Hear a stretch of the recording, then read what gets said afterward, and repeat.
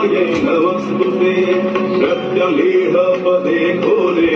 मुण्डमाला प्रलम्बिते खड्गलम्बोदरी भीमे कालिकायै नमस्तुते नवयौवन सम्पन्ने गजकुम्भपवस्तने माहेश्वरी शिरे शान्ते